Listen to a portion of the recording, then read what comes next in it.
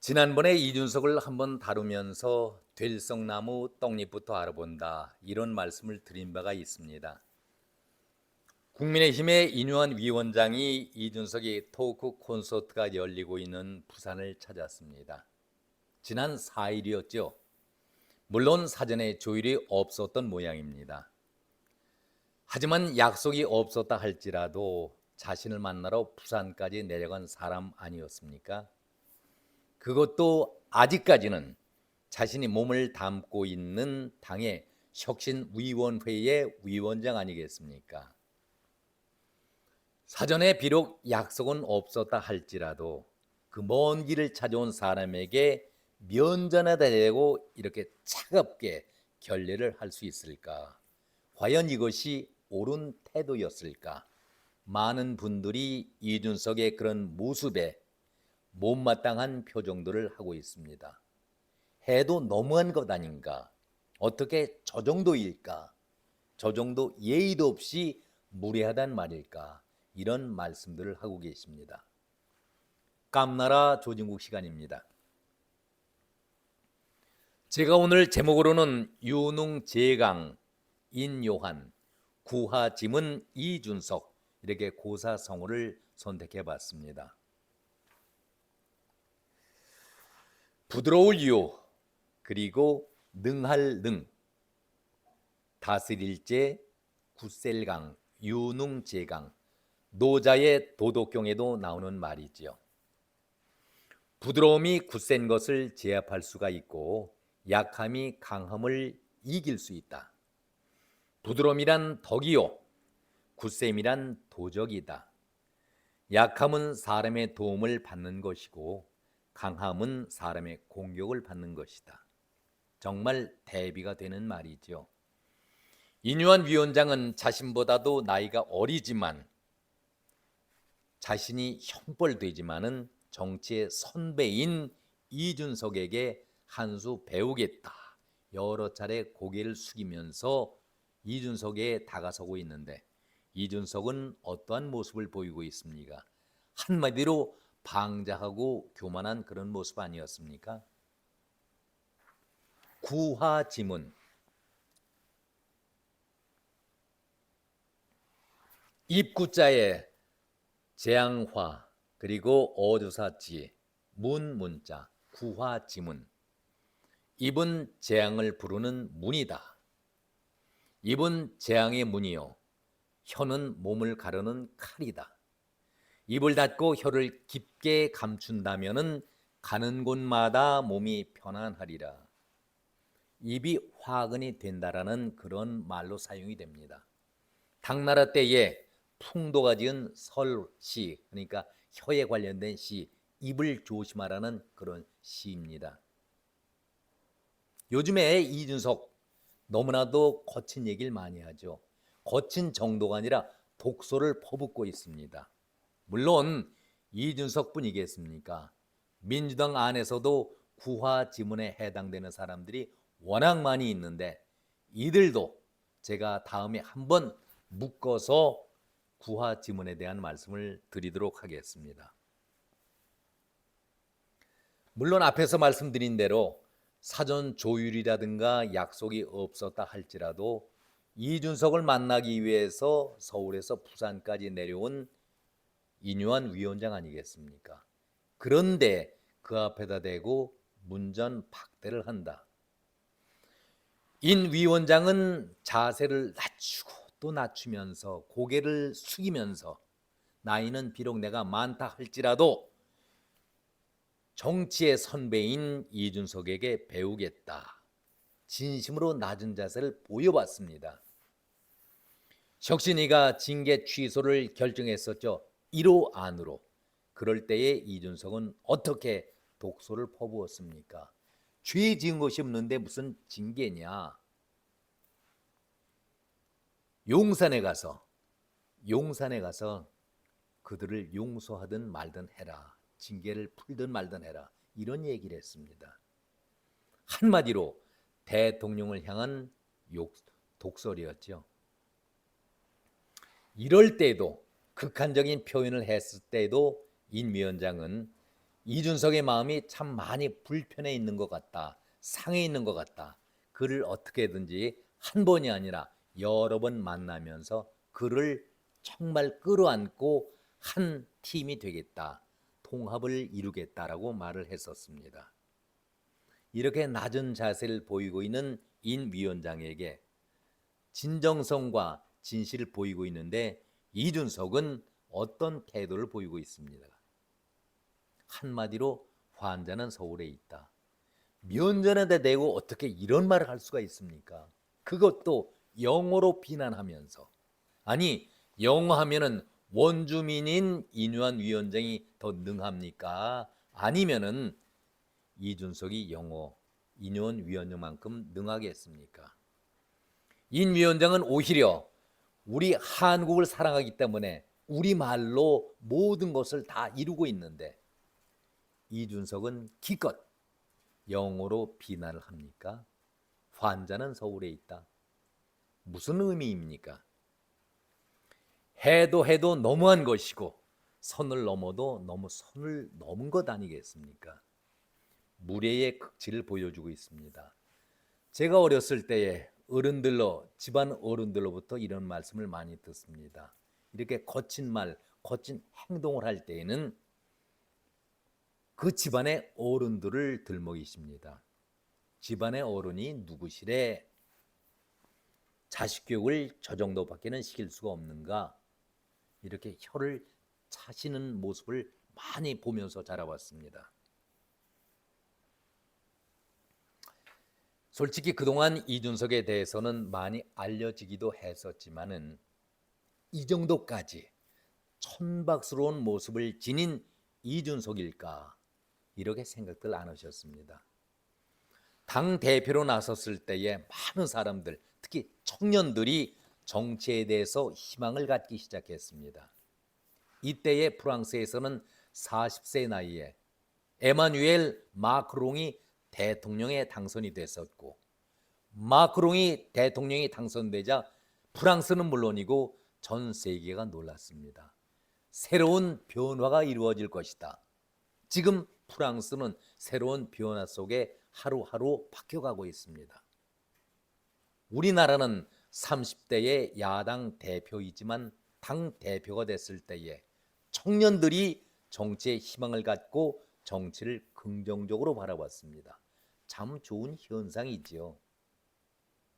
그런데 이준석이 당 대표가 되고 첫 출근했을 때에 여러분 기억하십니까? 모든 언론들이 당대표 30대의 당대표가 첫 국회에 출근하는데 어떤 모습일까? 동정을 취재하기 위해서 모두가 몰려들었었죠. 그는 퀵보드를 타고 국회에 들어왔었습니다. 화제거리가 됐었죠. 그는 늘 화제를 만드는 사람입니다. 얼마 전에는 탕난, 뻐꾸기가 남의 둥지에 알을 낳고 알을 다른 데로 보내버리고 자기가 주인 행세한다. 그리고 또 밤비노의 저주까지 얘기를 했었죠.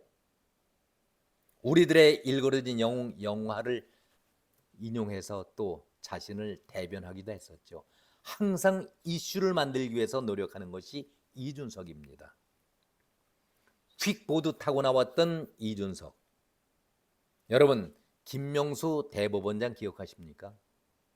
춘천에서 서울로 대법원장이 되기 위해서 나올 때에 시외 버스 타고 지하철 타고 들어온 거 기억하십니까?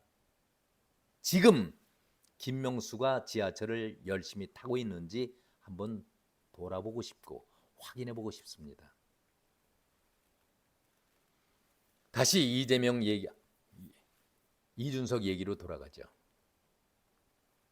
대선 기간 동안에 무단 가출하면서 정말 설화를 만들어냈던 장본인이 이준석 아니었습니까? 유비가 천하의 인재를 구하기 위해서 삼고 초려를 했습니다.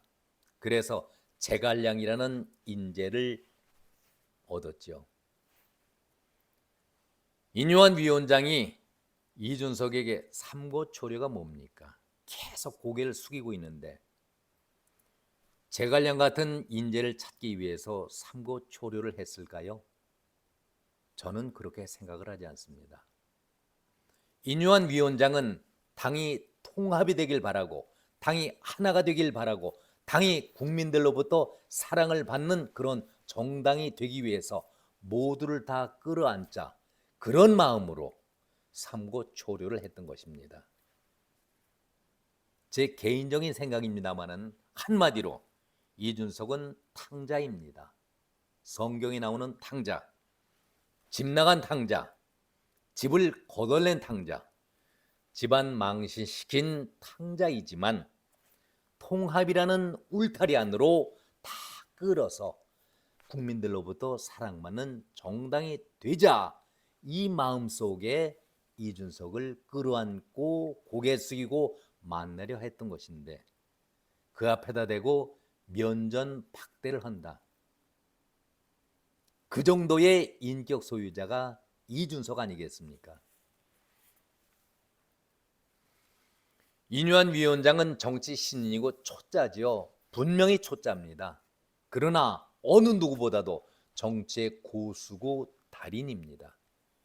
이준석이 12월서를 흘렸을 때에 그는 이미 당을 떠나겠다는 마음을 지금 분명히 갖고 있습니다. 탈당 신당의 명분을 인 위원장이 징계 취소라는 것으로서 명분 자체를 완전히 퇴색시켜버렸지 않습니까?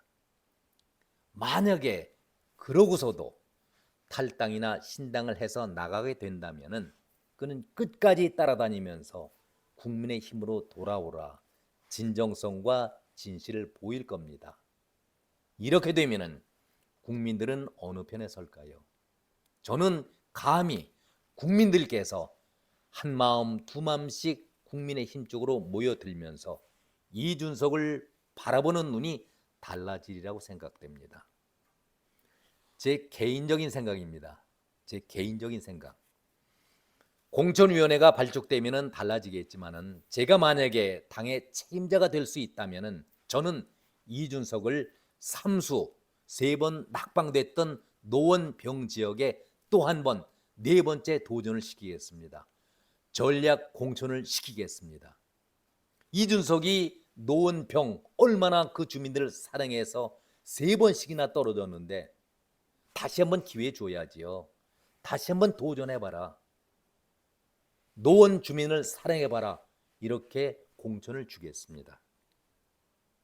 이런 입장에서 이준석이가 탈당하겠습니까? 신당 명분을 만들겠습니까? 저는 제 개인적인 생각이지만 반드시 전략 공천 지역으로 노원병에는 이준석을 지명해야 된다라고 저는 그런 생각을 가져봅니다. 솔직히 인유한 위원장이 대범한 사람, 대인이라 할지라도 아무리 포용을 하고 인내심을 발휘한다 할지라도 상대가 모욕 그리고 수모를 계속 준다고 한다면 속마음이 얼마나 불편하고 아프겠습니까?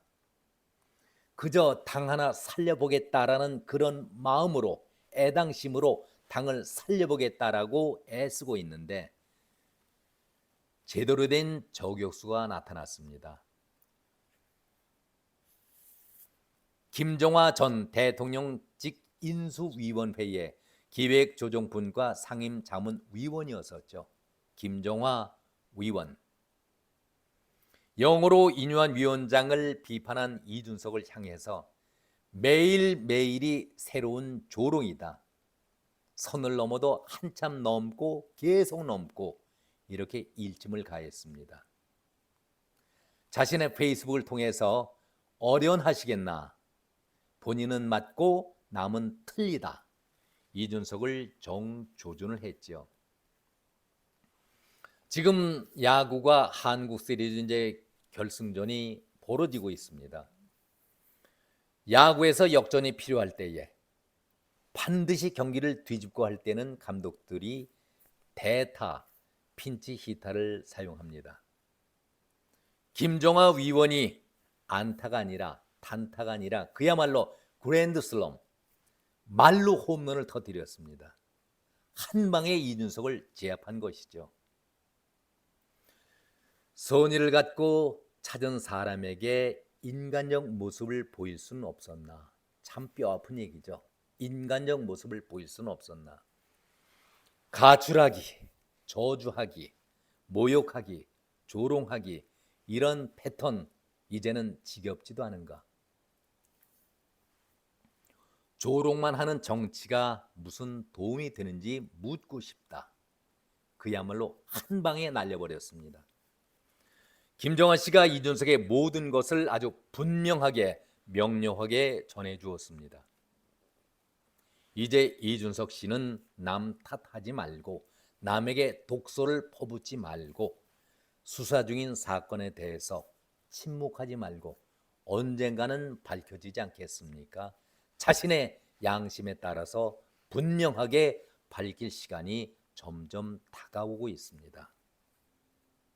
이준석 씨, 구화 지문을 당신께 드립니다. 정치는 입 조심, 말 조심해야 합니다. 여기까지입니다. 여러분 고맙습니다.